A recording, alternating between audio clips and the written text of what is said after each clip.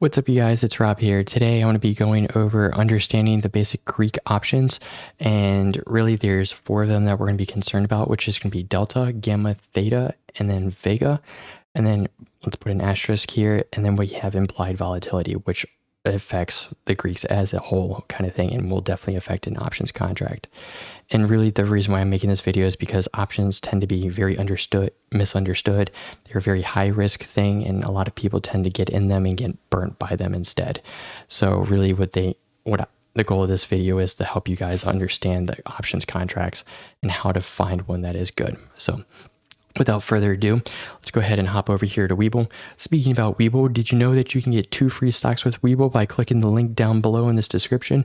You'll get 1 free stock when you sign up, and then you'll get another free stock when you deposit $100 on the platform. And those 2 stocks can be valued anywhere between $8 and $1,850. So why not do it? It's perfectly free. So, and while you're at it, smash that like button for the YouTube algorithm, take it from that sad gray and turn it into that blue, and then make sure that subscribe button's is gray and not red, and then ring that bell also, make sure it has little vibrations around it. But pitch is over, I promise. So what we're doing is we're taking a look at Webull here right now, and what I've done is I've put up our options chain, and I'm going to dive into this and kind of highlight each of the Greeks and then highlight how it affects the options contract. So when we go into here, we notice that we have 2 different types of options contracts. We have calls and then we have puts. So calls are when we feel bullish about a contract, stock, and when the stock is going to go up.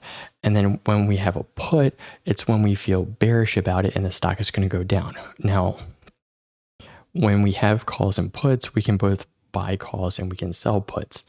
The huge difference is when we buy, it's going to be a debit and we have to pay the money up front, versus when we sell, it's going to be a credit and we get a credit up front for it, but in the end of it, if it goes below what we were expecting or above what we were expecting, then we have to pay the money for it, kind of thing. And the downside of that is unlimited, versus when we buy things, our downside is only the premium of the contract and our upside is unlimited, kind of thing. So just keep that in mind. But when we go into this, our first Greek that we're going to be going over is delta. So delta is the amount that an option price is expected to move based on a $1 change. So if we buy a deep in the money contract, the delta is going to be around 1. If we buy an at the money contract, it's going to be around 0.5. And if we buy something that's deep out of the money, it's going to be around something around 0.01. So if we buy a deep in the money contract and our delta is 1, for every $1 that the stock moves, we get $100 from our option contract. At the money, we get about $50, and out of the money, we get about $1. So that's really the way to think about it, kind of thing. So when we make most of our option contracts, we want to either be at the money or we want to be in the money, kind of thing. So that's delta, and that is where you can see here, you'll have your different values in Webull. So delta, gamma, theta, and Vega. So our delta for a 175 is around 0.69 because currently our price is sitting around $190.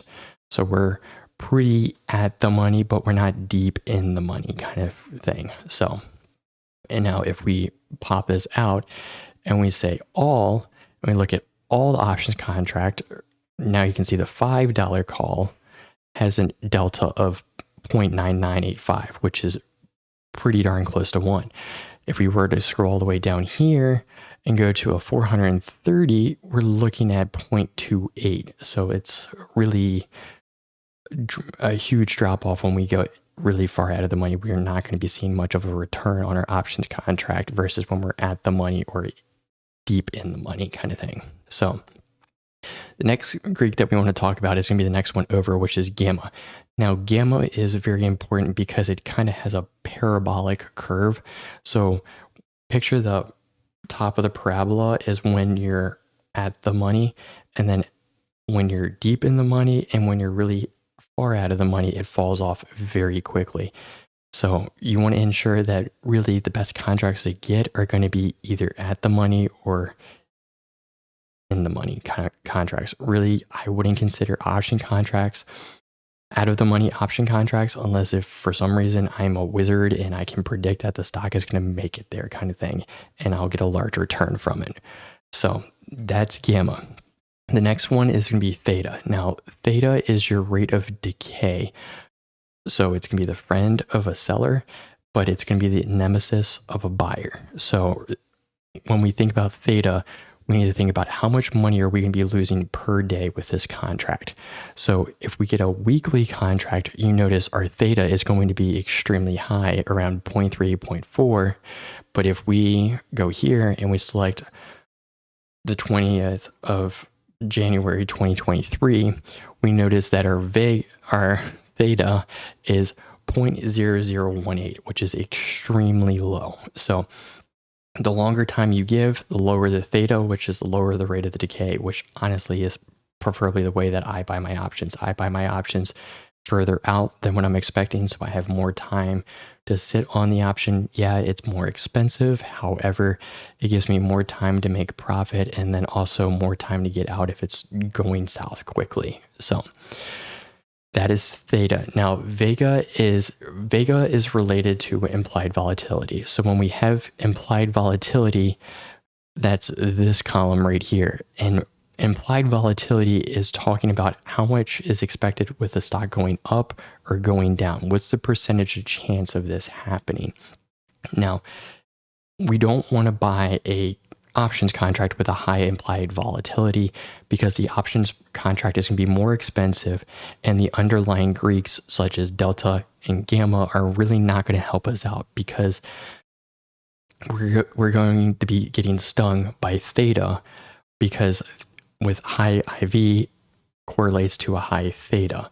And when we have a higher theta, we have a higher rate of decay. So we're losing more money quickly. So ideally, when we buy an options contract, we want that low IV and we want low theta. So when you think options, long term, low IV, low theta, good. Short term, high IV, high theta, just don't do it unless if you're a wizard and you can predict something. So really, that's the Greeks in a simple thing. And what I'll do is I'll go ahead and click on a call for us. And when we buy a call, you notice that it's a debit. And this is for 10 contracts. I can select one. I can select however many contracts that I want at the strike price of $20. So I get a debit. I have to pay $180,200 up front to get these 10 contracts. Now, if I change this to a sell, you'll notice that it goes to an estimated premium of I get $164,000 in contracts at this point if I were to sell a call at $20 for January of 2023. So if the price of that stock doesn't hit $20 by 2023, then I get $164,000. However, if the contract goes above that, and let's say it goes to 21 or currently it's $190, then my downside is absolutely unlimited and I have to pay for the difference on that. And my $164,000 that I got could be gone like that real quick. So really what you want to do is when you sell contracts, calls or puts, you really want to just do them really far out of the money to just weigh yourself and weigh your risk so you're not risking a lot. So anyways, that's basically options and understanding the Greeks. If you have any questions or anything about it, just drop them down below. I'll be reading all the comments on my videos. So just let me know and I can help clarify something, or if I got something wrong, drop it down below and help me out so we can help the community out also. But while you're at it, hit that like button, take it from a gray, turn it into a blue, and then smash that subscribe button, ring the bell, make sure that the subscribe button's gray, the like button's blue, and the bell is rung, and you're doing great. But that's what I got for you guys today. I'll see you in the next one.